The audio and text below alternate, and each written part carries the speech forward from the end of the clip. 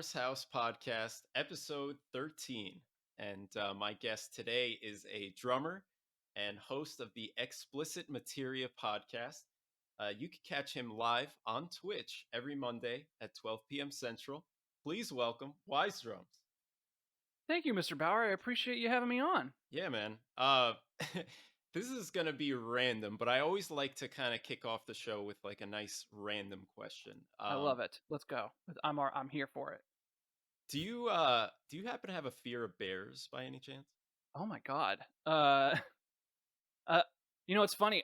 Me and my wife are actually going to go on vacation to Yellowstone, in September, and so I have never seen a bear up close before. That's not in a zoo setting. So Yeah. you should ask me that question again after the fact. Yeah. But bears, like, they don't keep me up at night. No. What does keep me up at night though are wasps and hornets. Really? Yeah, apparently they're the same thing. I don't know. It's just some people got upset with me for asking a question like, "Do wasps offer any benefit to the ecosystem?" People were very upset with me. Some people were about that question. I was like, "Where are all these hornet advocates coming from?" Like, People are very sensitive with bees and hornets because I think bees they, are okay. Bees are okay yeah, because they yeah, pollinate. That is their purpose in life. If they sting yes. someone, they die. So they don't go out to sting people. That's against evolution. Wasps, on the other hand, I needed to know. I needed to know, like, what's their purpose? Are they just there to be assholes, or they do other things? Like, and that's not it's a fairly innocuous question. I felt like, because my 37 years of living on this planet, I never come across a person that was like, "Dude, you hate hornets? How dare you?" Like, Well, never. in the times that we're living in, I think now, like there is like nothing that you can say now. Everything is protected. Everything has a community ready to be defended. So But it's like, what I said this, I was like, out of all the communities on the internet I could have pissed off, like, out of all of them, I got the Hornet community. Like, what? oh no. Yeah. That will get you canceled for sure, man. I The mean, Hornet I was waiting community is for it. vicious. Yeah. I was waiting for me to be on CNN the next night and be like, I "Local avoid all TikTok." Hornet commentary on my podcast, so just trying to be safe here. But I it's funny too that we're talking about this because the other day I was trying to look up the purpose of cockroaches. I'm like, what the hell is the purpose of these fuckers? Yeah. Like they're the worst. I hate them so much. I live in the South and we get these like weird ones. Dude, And same here, anyways, Nashville, yeah, Tennessee. Yeah. yeah, there you go. And I'm in Georgia, and we get something that's like similar looking to a roach, but isn't. I don't know what the heck it is, but It's at an any rate, alien. It's an alien it's got species. it's got to be. That's the only valid explanation. But apparently, they do serve a purpose. They just eat up a bunch of waste and garbage, which is so fitting for a cockroach. I was like, that makes a lot of sense. That makes total sense. It's similar to, like, I guess it's similar to rats because they just eat everything, Right? and they're pests because of it. So we're cockroaches, so that makes sense. But yeah, hornets on the other hand, no, I declare war on them. I don't care. I don't care. I don't care if that puts me at odds at the hornet community. Like, There's going go to be no get cockroach community, though. I think there's nobody defending roaches. I mean, come you. on. Hey, man, wait till this podcast comes out. You're gonna get them. You're gonna I get think the I'm heat. getting a tweet right now. This Oh just my gosh. in. They've already infiltrated the podcast. That's not even out yet. Yeah, right. It's not even being live streamed. Somehow they know, you know. So crazy. Now I got another random question for you. Did Mhm. you happen to play football when you were young? And was it in high school or prior to that? Ooh, that is a good question. I played a little bit. My first foray into actual playing the sport football. My parents were our football family. My mom is a Packers fan. My dad's a Chiefs fan, Oh and wow. um, and I'm a New York Giants fan. So, Me and too. don't yeah, really? Oh my God! Yeah. Yeah. Welcome, man. This year, hopefully, we're gonna go in the right direction. I don't know. I don't know Hopefully, about it's been a Daniel little Jones. rough lately. I Yeah, don't know about yeah. Daniel Jones yet. We guess we'll find out. Anyway, um, so fourth grade was my first time ever like playing the actual sport of football, and I did it like it was my first game. I actually intercepted a ball, and that feeling was amazing. Like to Oh actually yeah, intercept the ball, and I think like I was never the cool kid in like school, but that moment, like a bunch of the other cool kids, like at school, kind of like up their respect for me after I did the interception. Like, oh, this kid can play sure. a little bit. We're still gonna kick his ass after school, but like, good job Yeah. for that one part. And then I played in high school. I was second string running back and first string linebacker. Wow. That's Eh, awesome, dude. yeah. And then I stopped playing to pursue my career in music. As much as my mother did not want me to do that, she wanted me to play football and join the Green Bay Packers because why? That's what every mother wants. So you'd say she was like your big influence for playing football? Oh, both of them were. Like Oh, both. we Okay. we didn't go to church on Sunday. It was football. That's the day. He had friends come over, like Yeah. Packers. My mom's like the biggest Favre fan. She's such a Favre fan that when he left to join Minnesota Vikings, which is a sin, like it was Sure. big news. You're as a rival team, you don't do that, and Favre did it specifically to stoke the flames of the Green Bay Packers because he was pissed at them. Um, and she was a Minnesota Vikings fan for those years. She hated how the Packers treated Favre. She hated that, Wow. so she shunned the Packers and Oh my was a gosh. Vikings fan since then yeah that's how big of a football family my parents are, and my dad's a huge Chiefs fan, and he's just loving the current generation right now. Oh, absolutely. Yeah. He's just Yeah. He loving had to life. get through some rough years, but now, now's the time, right? I mean, he's got Patrick Mahomes to for the foreseeable future. He's gonna be all right. Oh, yeah. That's very true. So why the Giants? I mean, for me, I grew up in like the New York and New Jersey area, but I'm just curious. So, I was a toddler, and my parents, being a football family, realized that I needed a football team. And so, as a toddler, the team that was playing, and I think they were on their way to the Super Bowl that year, if I remember correctly, it was '87. I think, if that makes sense, it was Mhm. 87 or 90, whatever, 91. I can't remember when the Giants went to the Super Bowl in the '80s or '90s, but um, I was looking at the TV the Giant was playing, and I like their colors, so I was like, I like them. And then from that point on, I was a Giants fan. It Wow. was just all right. You're a Giants fan now. I've been to New York maybe three times in my four times in my life.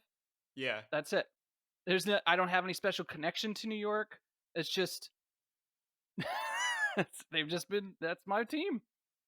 I went through a phase where I was like a St. Louis Rams fan. And I think honestly it was just because when I was in middle school, I was just like bandwagoning on whatever team was good. At the time they had like a pretty solid team and Oh, I is loved that their Kurt Warner? Was logo. that the Kurt Warner days? Kurt Warner, yeah, Hmm. yeah, when they were in the Super Bowl against the Patriots, and then after like a couple years of liking the Rams, I'm like, what am I doing? I live in New York. I should be a Giants fan. My brothers are Giants fans, so then I'm like, okay, back on the Yeah, Giants and then. I just like the Giants like fan community because they're so loud, and I just love Oh yeah, like the New York accent and the New York attitude. Even though I've never been like I'm not from New York at all, but I have friends who are from New York, and they're just passionate about anything.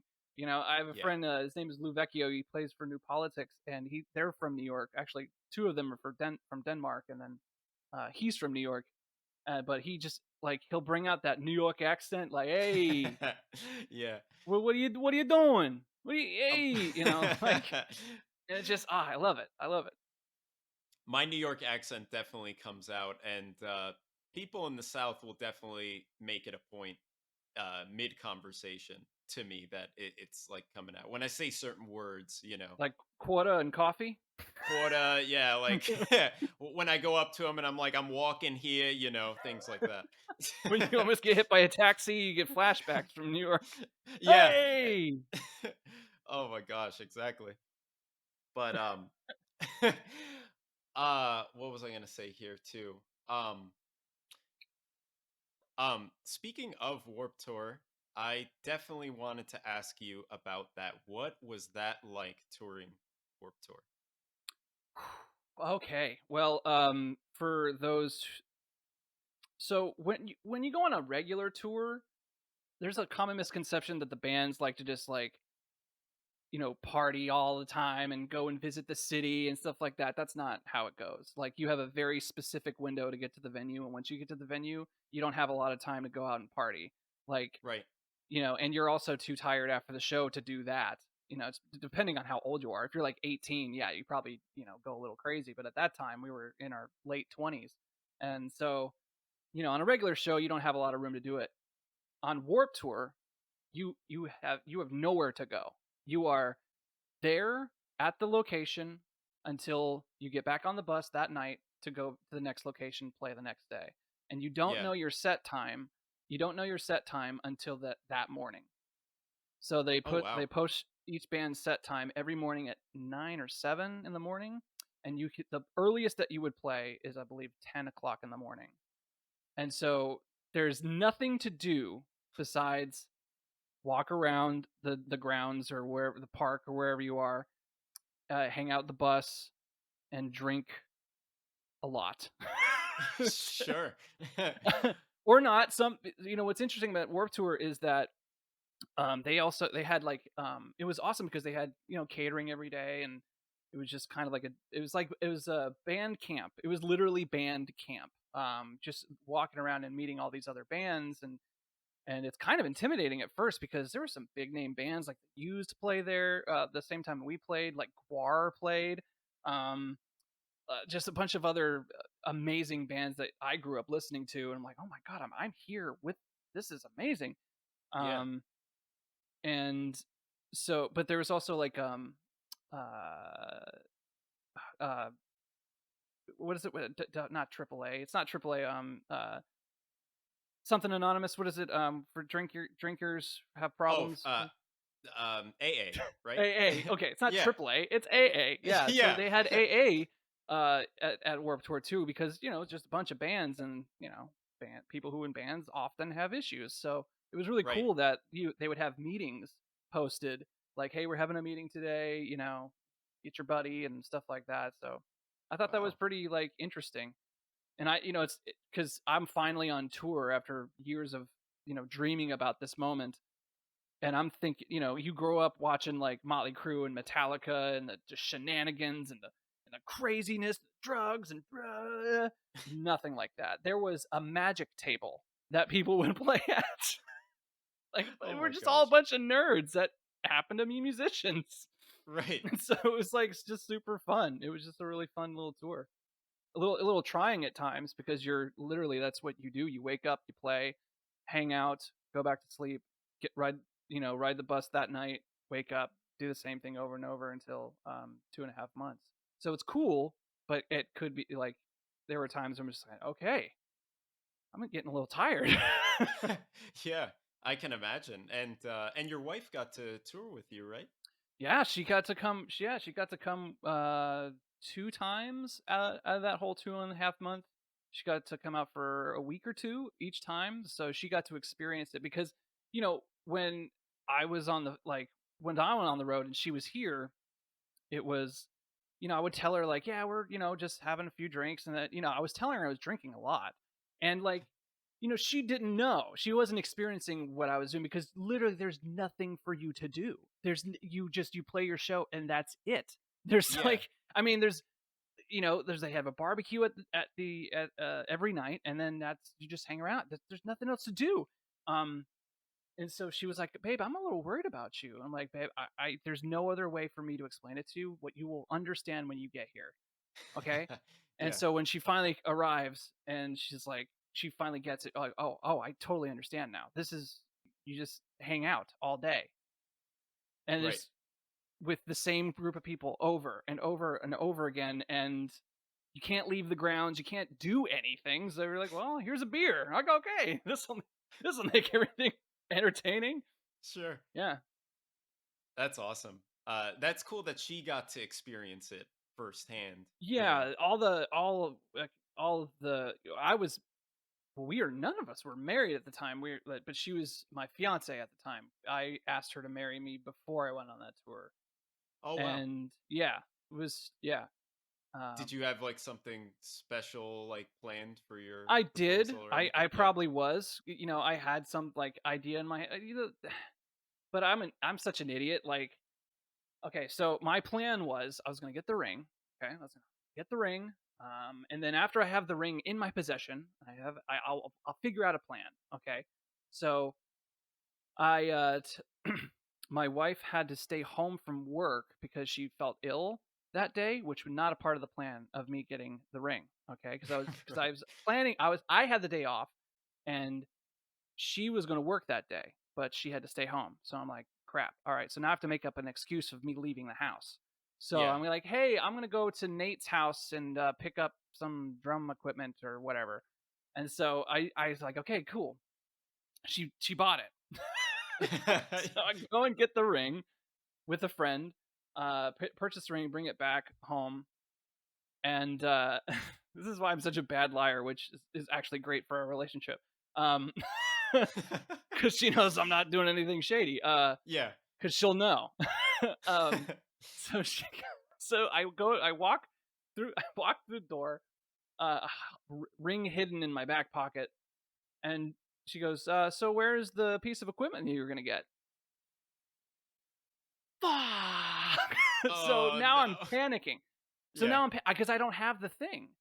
I don't have the thing that I said I was gonna get. So I'm like, and so I make up something, and she knows something's up because I'm not good at making stuff up on the fly or lying in general. Yeah. So she's like, "What's going on?" Now she's like worried, like something, what is going on? And so I'm like, "All right, I guess I'm gonna have to do this right here on the stairs." And so Oh. I was like, "Okay, here we go." I was gonna plan something, but this is kind of unexpected. I did not Wow. realize you're gonna grill me on where I was. She didn't even grill me. Like she just asked a completely normal question of like, "Where's the thing that you were gonna get?" And I freaked out. Um, and so yeah, I just popped the question there. It was like, "I love you. You're amazing. You've supported me through all this craziness of me being in bands, and we're finally doing this, and I could not, want to be doing this with anybody else." I did something more romantic than that, but it was like, it, you know, right there on the staircase in our pajamas. Oh, that's amazing, man. Yeah, That's great. It doesn't yeah. get more natural than that, I It's mean, just in your really, that's kind pajamas of and like, yeah, that's kind of like how our dynamic is anyway.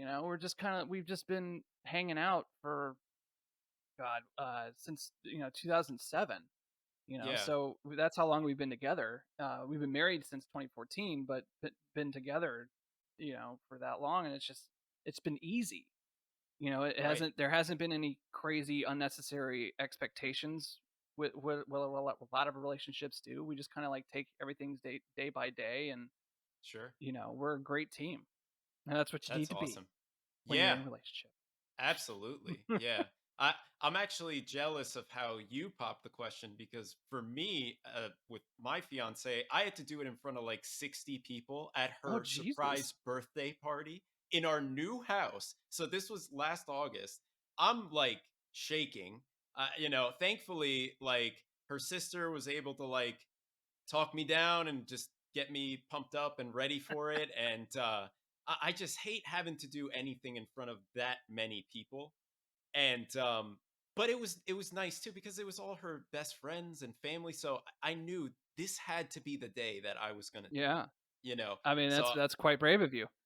I mean, I even like with the weeks leading up, I ordered the ring online. It was being shipped from New York. I'm checking the tracking every day. I'm like, please, please, do not let this thing get lost. And but it all worked out thankfully, and but man, let me tell you, doing that in front of so many people, I was like, oof, that was a tough one for me. Yeah, it kind of worked out for me in the end, so I didn't have to like figure something like that out because I'm not really good with that stuff anyway. Like I used to be a big romantic when I was a kid, like and teenager, but then I kind of grew up and like, oh, this is what real love is. Real love is not any of that. Like real Right. love is Yeah, like being a good teammate for you and your partner, and just being there for each other every single day. And exactly. the little things, like the little things add up, and paying attention to those as much as you possibly can. Obviously things fall through the cracks, depending on how long you are together. But that's what makes it fun. Yeah, That's what makes you look at old couples that are just like, they obviously love each other, but they hate each other too. Like it's kind of like that love hate thing. You're like, I want that. That's what I want. They're just like they just there. They just they have each other. They're like a symbiotic, entity. right. And that's what I feel like. That's what love is anyway. Oh yeah, absolutely. I could see that, man. That's real true love right That is true there. love, man. Right? It Yeah. really is. Like it drives me crazy when people want like this grand romantic gesture, which is great. That's wonderful. But like, I feel like people require that now, Yeah. and it's like I don't feel like that's because that's not anyone can do a grand romantic gesture. It's Sure. but can you stop what you're doing every single morning to make coffee for your loved one every morning? Will you take on their baggage with little to no qualms because you love them that much? Yeah. Will you Like, buy like a cloud sword for them if they ask you for it? These are the true tests of love. true. That is very true. So, I got to ask you, man, about your phenomenal Mega Man drum set. Holy shit, dude. When I saw that, I was like, I'm not even a drummer and I need to have this. And even but even before we get into that, we need to take it back one layer further down, Mhm. and I got to ask you about your Mickey Mouse drum set when you were 4. So I grew up with a musical family. My parents were traveling musicians. My dad's an Elvis impersonator, and Yes. my mother sang with him and still does to this day. They're still together. And so, And he music was has on always TV too. yeah, So he's been freaking cool. a whole bunch, man. I'm actually impressed. I'm actually impressed that you actually knew that. You're the But guest yeah, of honor, man. yeah, he's been on like Oprah and like a bunch of other stuff, and mainly because like he actually had physical alterations to his face to make himself look a little bit more like Elvis. Um, but I don't know if this is in the Guinness Book of World Records anymore, but there was a year where they had most tributes paid to Elvis Presley. And my dad was in the Guinness Book of World Records for most shows dedicated to Elvis. That's Um, incredible. yeah, and so he's been doing it for way before I was born.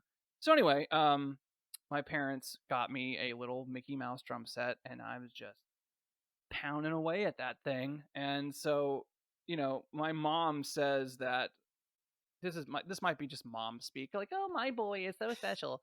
Yeah. Um, but she used to say she says to me that when I was in her belly, when she was pregnant with me on stage as she was singing, she said that I was kicking with the beat of the bass drum. I don't know how Wow. real that is. I don't, but apparently when I came out, I had really strong legs because of it. So that's I don't know how true that is. I do not know how true that is, I but think you should own that, man. That is the coolest. Like, if I was a drummer, I would want that as my like origin story. Like, I was freaking kicking to the beat of drums when I was in the womb. Damn it! Like, like I'd be like, yeah, that was 100% true. yeah. And actually, I don't. I think I misspoke earlier. I don't think my dad was actually on Oprah. There's another talk show like back in the day before it wasn't. Yeah, any like I forget what it is. Anyway, The video that um, I'm sorry, the video that I saw, the person that was interviewing your dad said that he was on Oprah and a few other talk shows, unless I don't know if maybe I he would got okay. that Well, then info, good. but It's just been so long since I've actually said that piece. So like I yeah. and it's been so long since my dad like spewed about his accolades. I mean, but yeah, like he's great, man. And what's great about my I know this is not part of the question, but just say like my great about my dad and what I was inspired by him, later on in life is just like he loved to entertain people. Like he still loves to entertain people. Like that's Yeah, was his, and he found a love, he found a passion, which was Elvis, and he used that passion to entertain people who were also passionate about Elvis. So sure. I'm doing a similar thing with video games. I just realized, I mean, yeah, yeah. you It's know, entertainment. You're entertaining. you know? But yeah, oh yeah. So the my little, but I didn't take drums seriously until I was like 16. Like Oh, okay. I had a real my first real drum set when I was 13, or is it yeah, like 13. And I would play with my buddy, my best friend from time to time because he was a guitar player. But it wasn't until we were 16 that we decided like let's make a band. Let's do the band thing because that seems like a really cool lottery ticket Yeah. into awesome life. And so we did. We just that's when we started pursuing being in bands and get better at our instruments and the band life. And then from from that point on, I was like, I'm gonna be a musician. That's what I want. I want that. That's my dream. I'm gonna tour. I'm gonna make a record. I'm gonna you know be a rock star, man. I'm gonna make it. Right. Yeah. That's so exciting. And so the Mega Man drum set, what you're referencing, is there's a funny story to that actually. That my first drum set um, got burned down in a fire. Oh my And a bunch gosh. of stuff got burned down in a fire. Not the whole house, but it was in the shed. And so we got insurance money for that. And so we bought. I had money to pay for a custom drum set, and I'm like, wow. And there was this company called SJC. I think they're based out of Massachusetts anyway, but they custom make any like design on a drum set. And they had like a disco ball drum set. They had like a Legend of Zelda drum sets. It was like Oh, really wow. cool, like like you can have like a acrylic or maple, like anything you want, basically. Yeah. And so I designed my drum set. I wanted to be half maple and half acrylic. The acrylic would be a red stripe. I want lights in it. And I want the head to have Mega Man X pointing the Mega Blaster at the hole where you put the mic in. And sure That's enough, so they did it. cool. It has a little custom made wooden Mega Man 8-bit emblem on it. Yeah. Yeah, and so it was just like when I saw the first pictures of that drum set, I was like, oh, it's I could like I imagine. it was so, and just getting that, I just remember getting it in the mail and it's just the giant boxes that we had to haul up the stairs. Oh man. But it was just yeah, and then it's still in my garage. It's still chilling. That's awesome. Did Yeah. that same company provide the in-ear headphones that had Mega Man on No, them? no, that was another company. Oh, That was okay. Ultimate Ears. Ultimate Ears did that, which was really Nice. cool of them. Yeah, Yeah. um, yeah. So Ultimate Ears did that, and yeah, it was yeah, good stuff. So can I ask you, when did you start doing like Twitch streaming and video games? Can I ask you a question? Can I flip it around on You you? Is that can't. allowed? No, no. I'm only as no, of course, man. Um, so I started when Twitch like first started, which was around 2012, 2013 or something. That was when people were just starting with streaming video games. I had this shitty laptop that I still have today. And I was playing like Five Nights at Freddy's. That was like the first game I ever streamed because it was the only game I could stream that my little laptop can handle. And I still remember certain people's names that followed me and watched me back then, who I don't know what has come of their lives since then, but because they haven't come back. But not that I hold any resentment. But anyways, I took a huge break off of streaming from 2016 to like the pandemic. So yeah, so like a good 4 year break, and it was mainly because I was hooked on this game Hearthstone, which I still play to this day. You know, Yeah, Magic I've card heard of game. Hearthstone. Yeah, Oh my gosh, this freaking game, it's so it will just hook you for sure, you know. And the fact that they have it on phones, like where it started out just like PC only, is crazy. But I was streaming that game and I was creating content, like memes, like Hearthstone memes and stuff like that, while I was in college. And so at the time I was going to school for accounting, which side note, I hate accounting. I've never liked it. It's my day job. I'm not a freaking fan of it at all. I got pushed into it, and this game was really taking my time away from school. And but I was getting excited by streaming it, and I was getting like 1,000 Instagram followers, which at the time I thought was massive, you know. Yeah. for me at least. Yeah. And I don't have a you know, 1,000 Instagram followers. I have 600. right, I'm like, whatever. But it's yeah, a crazy. 1,000. I'd be like, what the hell's going on? Yeah. Right. And but anyway, so then I dropped that to focus on school. I graduate. I'm doing all these different accounting jobs. Then the pandemic hit, and then I'm like, you know what? I've been a creative my whole life. I love doing creative things. Not one for studying and for accounting. So I'm like, let me start making videos again and let me start streaming again. So that was 2020. And then, I did it for a good 6 months, and I was getting good hits here and there with certain videos and whatnot. And then took another break from it.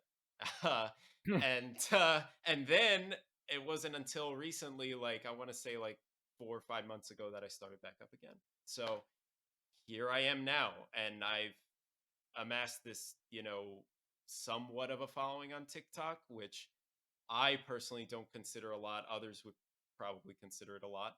But it's like we were talking about earlier. It's like all the other platforms aren't as successful for me. It's Yeah. like I'm trying on YouTube because I know with YouTube you can really make a living off of it if you get enough subscribers. You can monetize things. You can partner up with sponsors and everything, but the quality for YouTube is the bar is so high. Yeah. You need to really bring your A game with your production quality. Your editing needs to be smooth. You need to have good narration. And my narration voice, if you heard my first few videos, oh my gosh, I mean, terrible. I think you got something with the narration, the actual voice. It's very nice. It's very smooth. It's very nice. I enjoy Thank you. And that's it. taken time to really mold this voice. Even I had a guest before say that I have a podcaster's voice, but it's tough for me to hear it because, of course, everybody hates hearing their own voice. So I'm like, when I'm editing these podcasts, I'm like cringing and dying on the Oh inside as I god. do it. So Yeah, when I first started my podcast, I don't even know why I started a podcast. Because in the beginning, I don't speak you, particularly well, but at the time, I've gotten better because of it. So there's multiple reasons why I started. I was just like, I want to get better at speaking to people and yeah, like sort of interviewing and doing all that stuff. Not that I want to be like an interviewer or like a journalist or anything, but just I want to be better at the art of communication. And and I still have uhs and ums, and I listen, when I'm editing my podcast back, and I go, God, stop saying that one phrase over and over and over again, you idiot. that's me with I say I do, too. at the end of freaking everything, and I'm like, why? I wish. Hey, I just done You it said just that. now. I keep saying it, and I'm not even doing it on purpose. That's I, how bad of a tick it is. but like they're spaces that we fill in our brain when we're thinking. That's just what we Yes. do as humans, and it's unfortunate when you start pointing it out. Because when you start pointing it out, now, and it's worse when you have a friend that says like all the time, and you totally forget about it. You totally forget about it, and then you start thinking about it. You're like, oh, she says like a lot. Oh Mm. no, and then now you're just hanging out with your friend who you love. You love your friend, but you start focusing on every time they say like, and you're just like, Stop saying like. Oh man, yeah, because of course the person saying it never notices. now It's so bad. we've It's so cursed the bad. podcast. We've I'm cursed it telling now. you. I have to end the podcast now forever. I just have to throw it away now. I can't. It's gonna become the podcast. This is so crazy. I almost interrupted you, and that's something that I hate to do, by the way. But you said like you didn't even know why you wanted to start a podcast. Dude, out of everyone I've met, you out of everyone should have a podcast.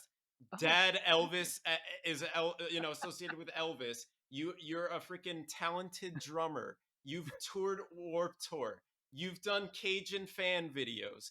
Oh Dude, my god. what the hell? You're like the most interesting person ever. You're telling me How you the shouldn't have a hell? podcast. How the hell did you know that I have not talked about those old ass video like those old ass movies in so long. Man, you're really good at this whole like finding out who you're interviewing. I'm terrible at it. I'm Let me tell terrible you, at that. the acting in those videos, unreal. I just started taking an acting class that I've been horrible at showing up to, by the way. They give you a 6-month window to attend all 6 classes. I've only attended 2 since I started back in March. For some reason I can't bring myself to go. I'm gonna finish the classes. But anyways, what I'm trying to get to is spot on, dude. Your freaking the Cajun accent was cracking me up. Well, You and your Jim, friends had the props, and I gotta say, whoever did the camera work and the editing, okay, super impressive. so here's the funny part about it. Okay, so I, first of all, I wasn't the actual Cajun fan in the movie. Okay, God, I can't believe I'm explaining this old ass YouTube video that I did. Oh, man, like ancient. Okay, so I was in this band with a bunch of my best friend, our brothers to me. Like we the same group of people that I lived in Vegas when we were 16. Yeah, Like we all moved together to Nashville to pursue a career in our band, which was at the time a progressive rock band. Then that didn't work out. That genre of music wasn't working, so we decided to be a funk pop band, like a funk, pop rock band. And we got a new singer. And so one day, YouTube was starting to become a thing, and so one day I wanted to get a camera. And I was like, all right, I want to get a camera because I haven't had a camera in a long time. And I was like, it'd be fun. And it was just so spur of the moment too. It was just so like, what we should do, guys? We should make a movie.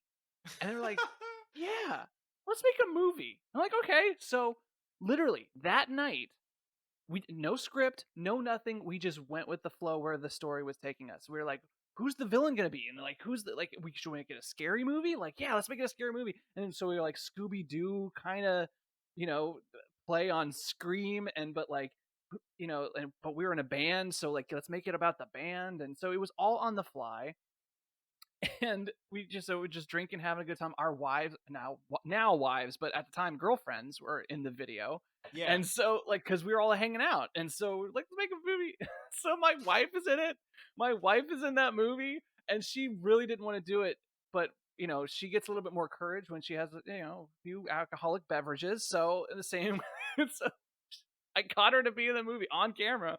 wow, That was one of the only other time those 3 movies we actually got her to do that. But yeah, so we made the Cajun Fan that night. And for those who are wondering what the Cajun Fan is all about, it's about this fan from Louisiana who our singer was from, by the way. yeah, So this isn't offensive to Louisiana. right. Okay, he's Louisianan. He knows. Okay, so he knows. Oh, or was he from Louisiana? I don't care. But he's from the South, so Yeah, yeah, it's fine. So so he decided he had a beard and like hat, and just like he was going to be the serial killer that killed off the band because we shunned him at one time. right. That was then he killed us all because of it. That was Oh spoiler my alert. gosh, So if y'all want to watch it, it's called Attack of the Cajun Fan. It's on YouTube. There you go. guys, you stop everything you're doing, and please stop this podcast and watch it, because that's how worth it this is. And the fact that you said that there's no script, even double impressive, because you guys are improving, which is a crazy skill. That is tough to do. And And I did the editing. I will say I was the one that did the editing and the camera dude, shots, most of them. Yeah. that is so impressive. That is great. Because like as an editor, like watching that, I was like, dude, this is really good. Like I was like so freaking in tune with it. So, oh my Dude, gosh, actually just watched the Sonic movie just recently. I know it's been out for like a year and a half now, but like I just watched it and I enjoyed it. I it was enjoyed the good, hell right? out of it. Yeah, for a video game movie, I'll tell you, that's top tier video game movie right there. What I was not a fan of, I'm gonna nitpick here, the product placement, but I get Oh it yeah. because I guess they really needed solid funding for a video game Yeah. movie. but the Olive Garden references, not one, I think two at least, and at the end they made it so obvious. So that was actually kind of funny, I but think like, at that point they were kind of smartly leaning into it, and yeah, I think that's what you have to do when you have to be self-aware that's because true. you can't treat your audience like idiots. Like, Right. and I feel like that's what a lot of movies try to do. They like to try to slyly, and most of them get away with it because you're just enjoying the movie. But like, Yeah. I think they were smart in doing that and just kind of leaning into it. Like, yeah, look, we needed some money, all right, so it's Like, don't it's judge us, okay? We're don't we're judge us. trying We not to needed some money from fail Olive Garden. here. Yeah. Like, at least they didn't go with the cheap move of Sonic plug. Like Sonic going to Sonic, Oh like yeah, the and chili fast food dogs. place. Yeah. That'd have been super easy too. That'd have been Too easy. I'm positive. I am 100% positive in those meeting rooms when they're discussing like the movie and whatnot. I'm sure one person was like, "Well, in the '90s, he was really into chili dogs. Maybe we should bring that back, and we can get a lot of funding from Sonic." And I'm so glad some cooler head, probably fired that guy on the spot. It's But just like, get out of here, Johnson. where was that cooler head for the first Sonic design? That freaking crackhead looking hedgehog that a whole boardroom of people just said, this is Sonic, and we're sticking like how? That's Dude, crazy. I made a reaction video to that. I was so upset about it. I was just like, because like, dude, I've had this thing about video game movies, like, Yeah. and I've had again. I'm an optimistic person. I think hopefully after the Sonic movie, they start to get it and they go the way of Marvel movies. I feel Hmm. that's gonna event because Marvel movies weren't what they were now. Weren't what they are now. Yeah. Like there was a lot of Marvel movies that just did not do well and they Hmm. just kept on flopping and flopping and flopping and flopping. Then Iron Man comes out, and then Iron all of a Man was the sudden, there savior. we Yeah. go. That's our trajectory.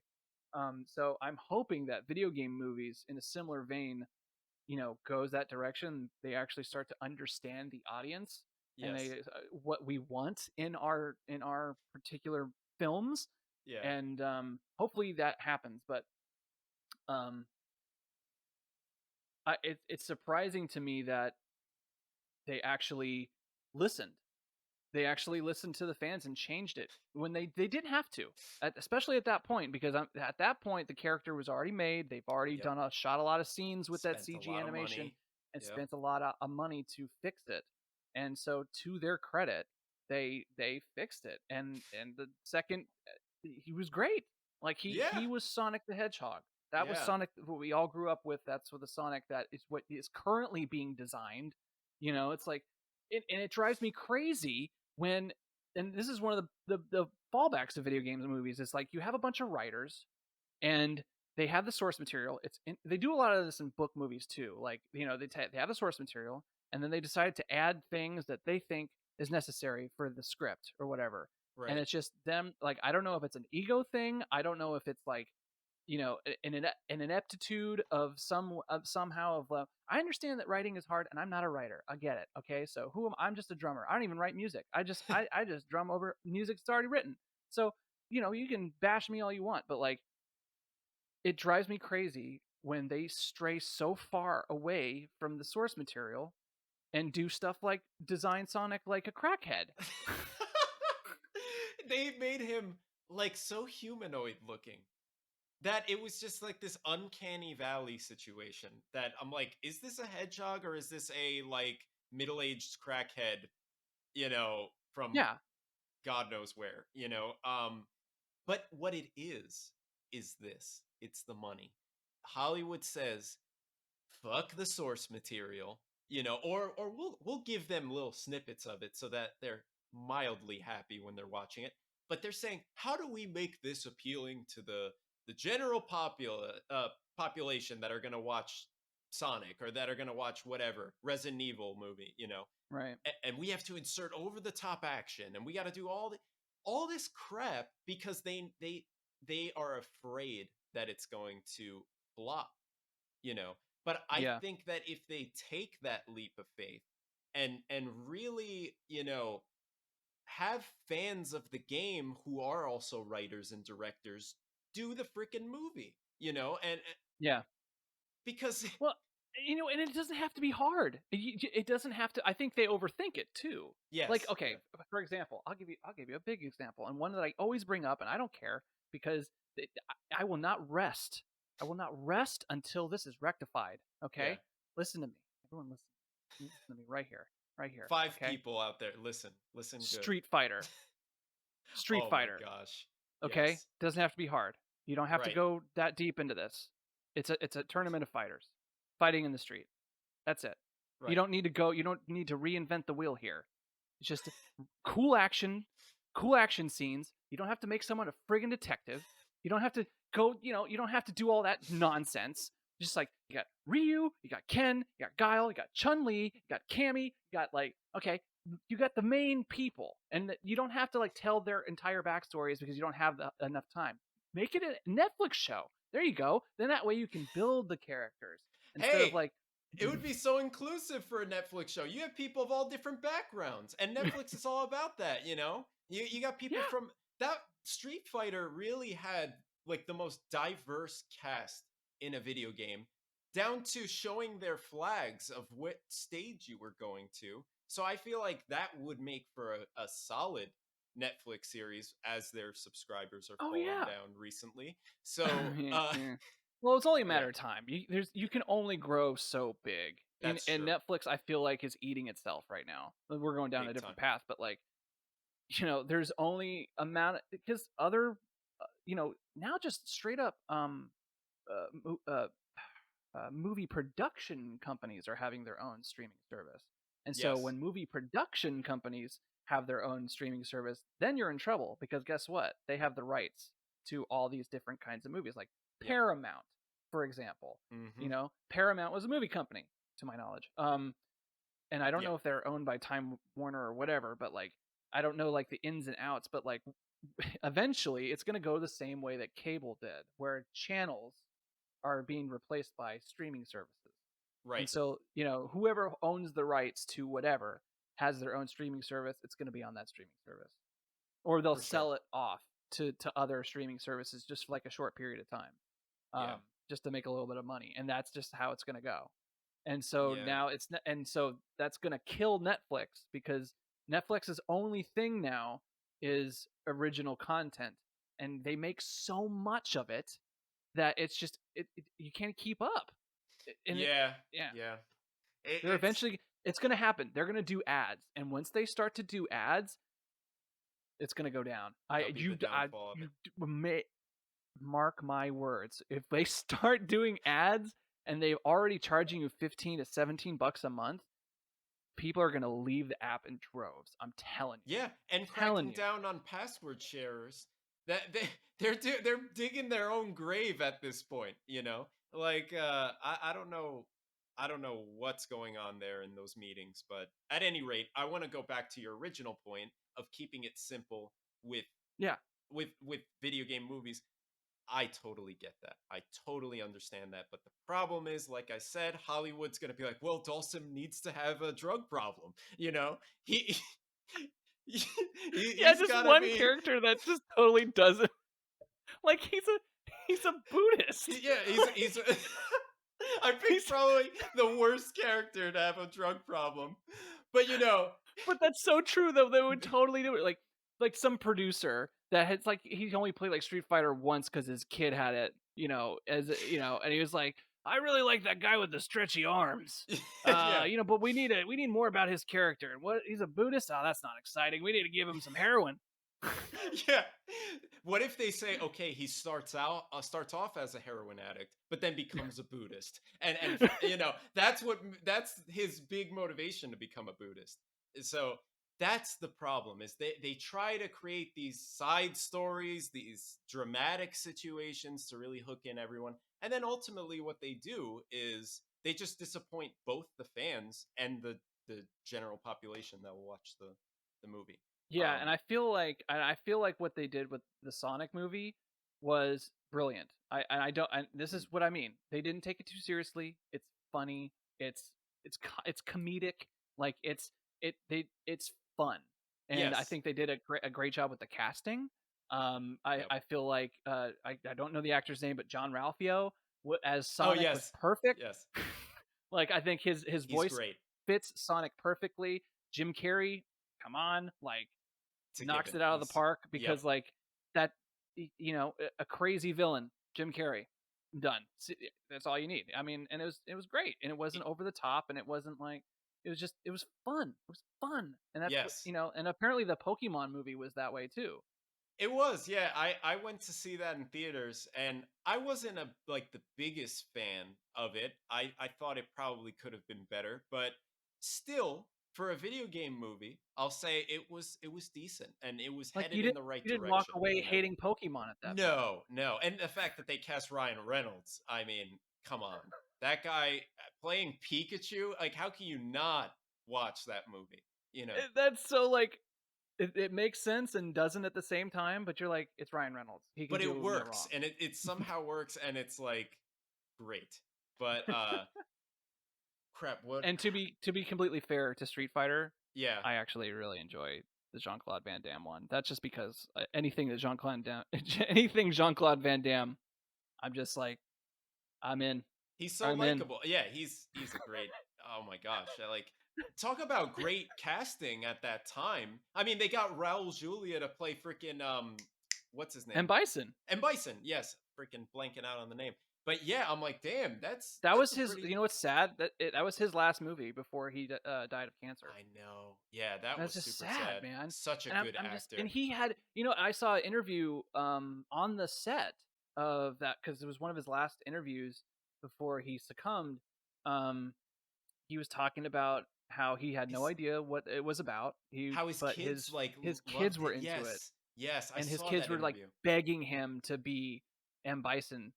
And even though like, yes, it is a very silly movie, objectively speaking, it is a terrible movie. I get it. It is silly for silly's sake, but Yeah. I will challenge you and any other '90s kid that watched that movie when Ryu, whatever his name is, but however you pronounce his name, Diu, it doesn't matter. Like Yeah. uh, when he did a Hadouken, Hadouken he was fighting Vega at the in the little boxing green room or whatever, and he did Yeah. and he did that. I challenge any '90s kid you did not get up off your seat and was like yes, or Yeah. when Guile did the Cyclone kick, Yes, that was you awesome. know, Yeah. like that's the moves in the game. I'm sold. I love this movie now because they they did the moves I know. Yeah, like it was fan service, but it was done in a great way. And at the like time. yeah, at the '90s time, fan service. yeah, absolutely. And damn, now you got me thinking, man, of Mortal Kombat 94, man. Oh my gosh, that movie, man. That is the best bad movie like but like in a good way. Like Yeah, at the time, man, as a kid, seeing that, like in theaters, like seeing the costumes of Sub Zero and Scorpion when they first make their appearance, I'm like, oh shit, like this is the coolest freaking thing in the world. Like, and then, I mean, seeing Scorpion Spear as this sort of CGI'd, poor, super poor CGI, which is understandable for the time, but even but still, having the thing come out of his palm, I think that yeah, like that's not in the game, but that's something that writers took liberty, but I'm here for that because that absolutely. was like super creepy. Just like, like Yes. You're like, "Oh that's my god, what is awesome, that?" Yeah, and they did that too Scorpion. with Reptile too, when, Reptile, squares off against Liu Kang, which is my favorite fight out of the whole movie. Because the freaking when that music kicks in, dude, oh my god, man. And the choreography, the fight choreography was amazing in that movie. Yeah, they did. That whole movie is great. Like in Yeah, '90s, understand like growing up in that era, like that first of all, the song, the Mortal Kombat song, if I remember correctly, was actually top 40 at one time. I'm Understand sure. something. Yeah, Understand something for a moment that for a moment in time, a song based on a damn video game, video games which were viewed in the '90s as a total waste of time, but Mortal Kombat came around and was a phenomenon, and this song comes out and screams Mortal Kombat and just you can't help even today, you'll hear Mortal Kombat, you're ready to go through the friggin' wall. You know? What's fun, like, what's an interesting YouTube rabbit hole to go through is Kevin Smith's, like, it's not stand up, but sort of like sort of talks about just the movie industry in general, because Yeah. he's not a big movie, but he loves movies, but he's not like this Hollywood kind of guy. And but he's one of us. He's a Yes. big nerd. Like that's what he grew up with, all these comic books and whatnot, and Right. he's had the benefit of working with Hollywood, and so he just goes on these talks and he talks about just like how producers just come into like come into projects and start adding in things. um he talks about Wild Wild West. I feel like, no, what does he talks about? Or The is it Will Kevin Smith Smith that talked movie? about it? But anyway, yeah, Wild Wild West. Okay, Yeah. yes, okay, yes. This is Kevin Smith. So Kevin Smith talks about the Superman movie. He was actually a writer on the Superman Returns movie, Uh-huh. with Nicolas Cage. Okay. He was an original writer for it. And so he started working with this producer because the producer wanted to make another Superman movie with starring Nick Cage, and it was going to be done by Tim Burton. Oh wow. Yeah, so Tim Burton's Batman. He's gonna go into Superman. This is like late '90s, and so Kevin Smith is this writer, and he's working with this producer, and they start talking about like the story and trying to write the script, Mm. and the producer is like, so yeah, Superman has this cape, right? We got to get rid of the cape. What? And so Kevin is like, it's kind of like his thing. It's kind of like, or was it? It was something like he had to do something with the cape, like even like make the cape like alive or something, and just make him. It's just, yeah, it was just that kind of that stuff. But this is the kicker. He wanted a giant. It had to happen. The last boss of the movie had to be a giant spider. What? A giant spider. It didn't have to. It wasn't like Brainiac or anything else. Any other DC heroes. It had to be a giant spider. That was a non-negotiable, No apparently, way. and Oh he my could not gosh. stop hearing about this giant spider. And so eventually, Kevin was fired from being the writer, and so he went on and did his other things. Yeah. Um, and I think, and then the movie got canned. Okay, but then the producer did another movie called Wild Wild West with Will Smith. Oh. And guess who Will Smith fights at the end of that That movie? animatronic That spider. animatronic spider. Oh my gosh. I had no idea. Wow. I'm so Dude, I'm glad you telling you, said this. it is an awesome YouTube rabbit hole to go through. Is all of Kevin Smith's talks about Hollywood and just all of his his journey throughout the movie realm, because he Yeah. has a window into it. It's like our nerd friend has a nerd into how Hollywood works and thinks about these treasured things that we have. You Yes. know, Oh that's my what they gosh. do. That's what Yeah. they do. They just insert. I like spiders. Let's throw a spider in there. And then Superman freaking flies up with a big boot or like raid. Like, what? Like, are you kidding me?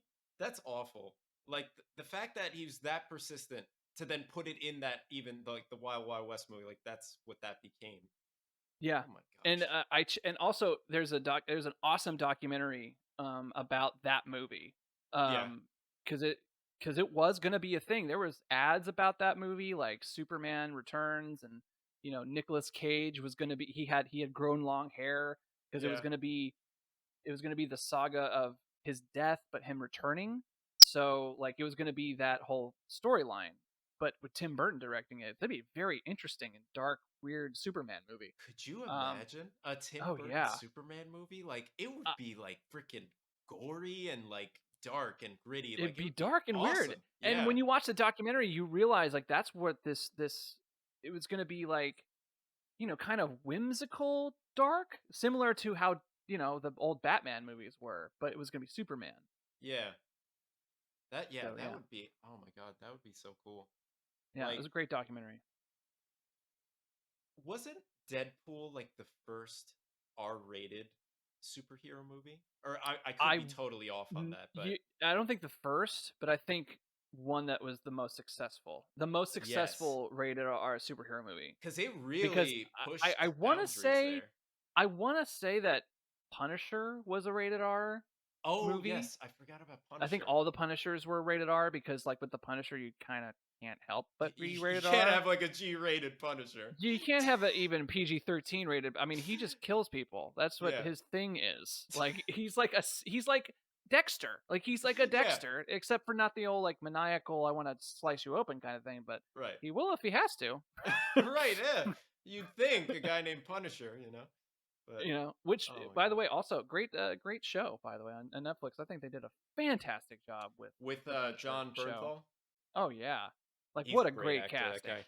Oh I man, mean, and perfect for the Punisher. Just like, oh, he's yeah. so good at just like being mad. Like He it's was just really serious perfect. about doing that character justice. Oh In yeah, interviews, he was saying like, "I'm not gonna mess this up." Like he went all in with it, and I because admire he that. knows he's young enough to know that nerd culture, nerds can get really. It will ruin your career. We will stop you. Like that's what happened with the Batman films. Yep, That's what Sad Affleck came from you're right. Yeah, because the movie was so bad yep. that it forced him to stop wanting to be Batman, which is awful. That is if you really think about it, like how sad is that? Like Oh, we were so mad that we forced this pretty generally nice dude. Like Affleck seems like a pretty cool guy, sure. and we just said, "Fuck you. Your your portrayal in this movie is awful. We want you to Yeah, stop being Batman." It was just it makes you I feel wonder bad what for him. like Robert Pattinson was thinking taking the role with the pressure of being a good Batman. You know? I gotta go here in a few minutes, but I want to Oh yeah, end sure. on this movie because we just watched it. Me and Hmm. my wife just watched The Batman. She wasn't a fan of it. I was a fan of it, Yeah, which is interesting because that is exactly the dynamic that movie is getting right now. It's yeah. either people like it and like really are into it, or people that are just kind of like, not for me, or hate it. You know, Right. and Yeah.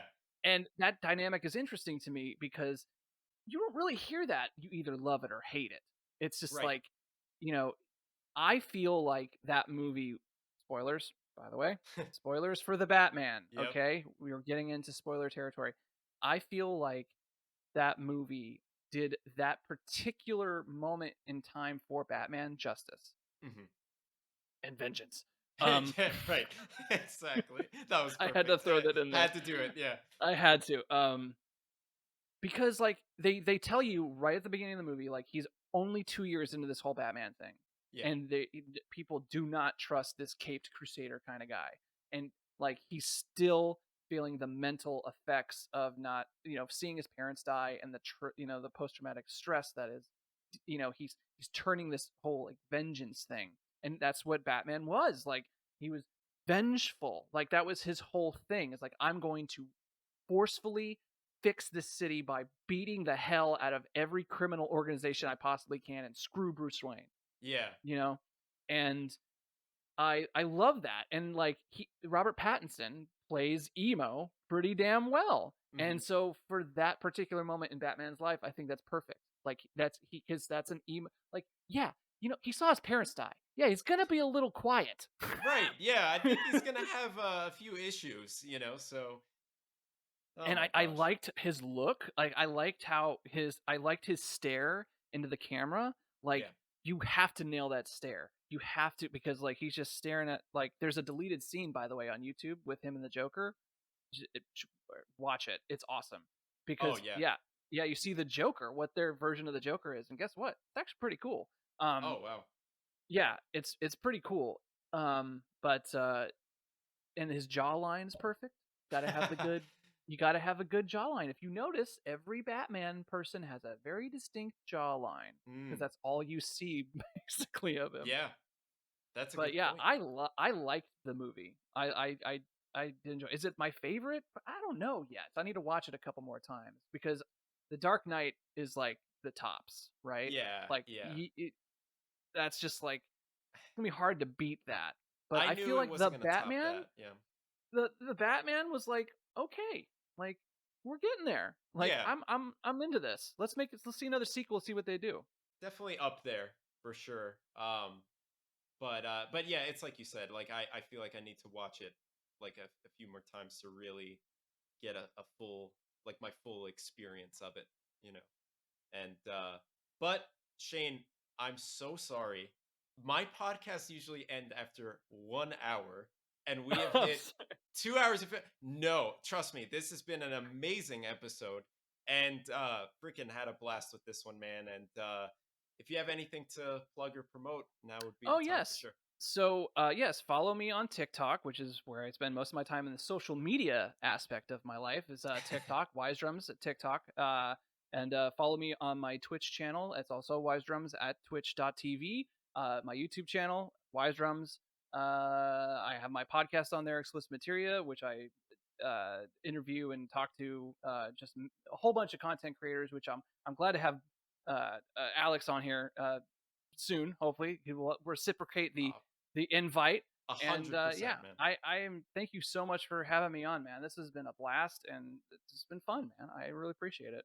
Thank you for your time, man. And everybody, just rate and review the show if you can. And definitely check Shane out. I mean, he's putting out great content and he's a super talented drummer. So please check him out. And thank you guys for watching or listening. And we'll check you out in the next one.